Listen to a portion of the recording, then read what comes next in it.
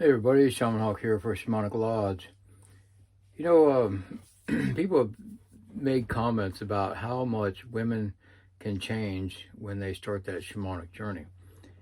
And when I look back on it, I'm like, yeah, I talk to these women, that I'm working with, or the ones that are going through apprenticeships or making transitions from New Age shamanism into real shamanism. And I look back over and I'm like, yeah, there are big changes. I didn't really pay much attention to it because I see it happening bit by bit. And first, I should probably mention there's a huge difference between the New Age version of shamanism and real shamanism that you would hear from real shamans. The New Age version just kind of cookie cutter uh, curriculums, online courses, and other things like that. The real shamanism is more catered to the person. So while people would love me to have online courses, they'd all have to be one size fits all and very, very vague, and I just don't see the purpose in that. I do a lot better work, I think, when I'm traveling and people sign up to come to workshops, lectures, and so on. Or actually, my best work is done in personal appointments, and that can be done online or in person. But what kind of changes do women come through? Well, usually when they sign on or they come into one of the workshops or lectures, I usually see them very stylish, lots of makeup, perfume, and hints of some other kinds of addictions. Smelling tobacco smoke on them, or looking at their eyes. Maybe they have some other chemical issues and so on. Or on the other side of it, they're virtue natural, meaning that they're always smelling like patchouli oil or incense and things like that. And they roll their own cigarettes, and they don't just buy the commercial ones. And that gradually starts to change. You'll just see them wearing less and less. Or they stop the smoking first. That's usually one of the first things, or quit drinking, or get into the gym. They start taking care of themselves. And that's really it. It's not so much as an image change that they're going for, but it's about taking care of themselves and then cutting off the addictions and not putting all the putty and war paint on their face.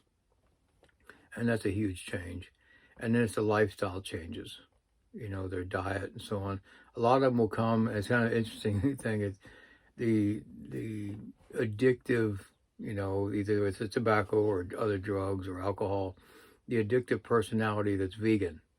You'll see that. Or the vegan girl with lots of makeup that's been tested on animals.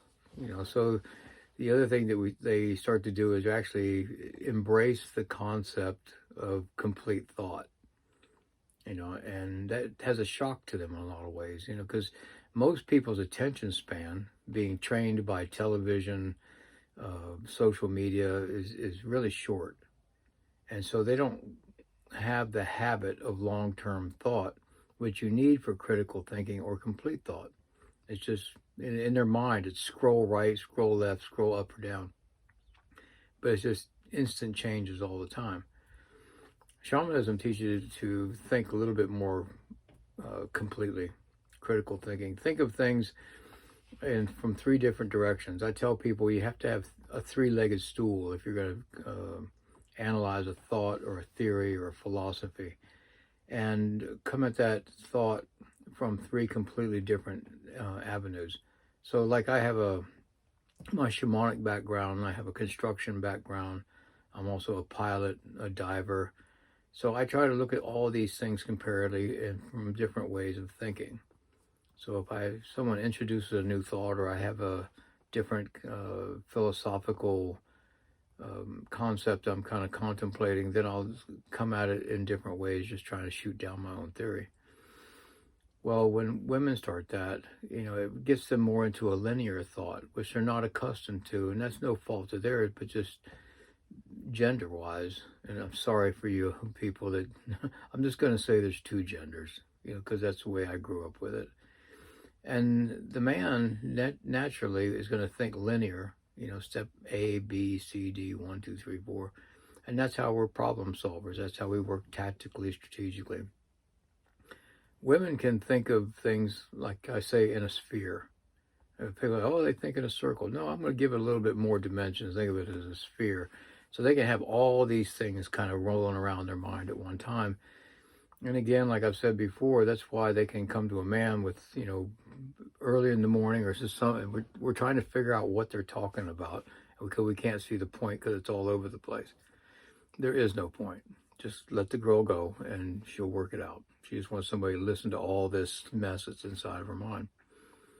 Well, with critical thought or complete thought, you're pushing the woman into a more of a linear process to get into, and this also aids in processes of elimination. It's just saying this fear that you're thinking about or these things you're worrying about are false fears, and here's why, and take her through that linear process.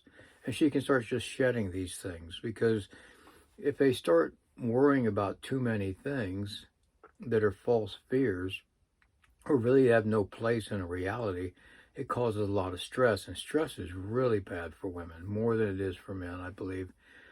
And you can just see that in their eyes, and their skin, their diet, and of course, and then they have a tendency to be more, I think, addictive in a lot of the dependencies chemically. But when they start to relieve a lot of these things, then they don't need all those chemicals, and they get more secure in self, which I think is one of the greatest things that shamanism can offer a female energy, is security in self, a little more independence. That's a kind of a big narrative today, the independent, the brave warrior woman, but then when you test it, it all falls apart. And it's easy to make that false security fall apart. Whereas in a real shamanic approach, when that woman really gets to be in that confident stature, it's hard to shake her from that. And she's pretty secure that way. So it's kind of like from the New Age kitten into the shamanic mountain lion, so to speak. You're not going to shake her away from her center. And when a woman can get to this point, then that's when they become the great shamans. And shamanism isn't really easy on women in that it really requires a lot of critical thinking, complete thought, a lot of linear thinking and linear behavior in an abstract form. And they're trying to search for what is the right way, whereas men would quickly change from channel to channel, but still be in a linear mind frame like that. So I have to do a whole different video on linear abstract thought, But for the most part, women that have been in shamanism for a few years, at least once they finish their apprenticeship, they're looking very different. They look back on their pictures before they started and they see themselves all made up, maybe overweight with addictive habits, bad diet. And then all of a sudden it's like, wow, I've been doing this for 5-6 years, and why did I look 10 years younger than I did when I started? And like, yeah, well, welcome to shamanism on that. So, and a lot of people, men and women, end up being a lot healthier. They look younger, except for the white hair. The white hair seems to be coming with the shamanic role, right? And so it's very positive for women to do that. If once they get through the first 2 years, is usually the hardest, because it's a lot of deprogramming, a lot of going deep into self, a lot of revelations about self, and they say, oh, I wasted so much time. Oh, I get it. They start to feel, women have a tendency to put a lot of things on themselves that shouldn't be there. Whereas men can just like, yeah, I did that. I shouldn't have done it. I did it. Turn the page. Women will have a tendency to dwell on that. And that's why it's really good for women to have a male teacher during that process, because the man's going to be quicker to say, no, that's who you were. Turn the page, release all this. Let's go forward. And once she gets past that phase, she's rebuilding herself as a woman. That's when it's good for her to have female mentors, female shamans that she's working with. So all that considered, I'm happy to have been part of the processes with many women that got into the shamanic practices, in a real way, in a way that's like complete thought, critical thinking. For the ones that didn't make it through apprenticeships, I'm happy to see that they did make positive life changes.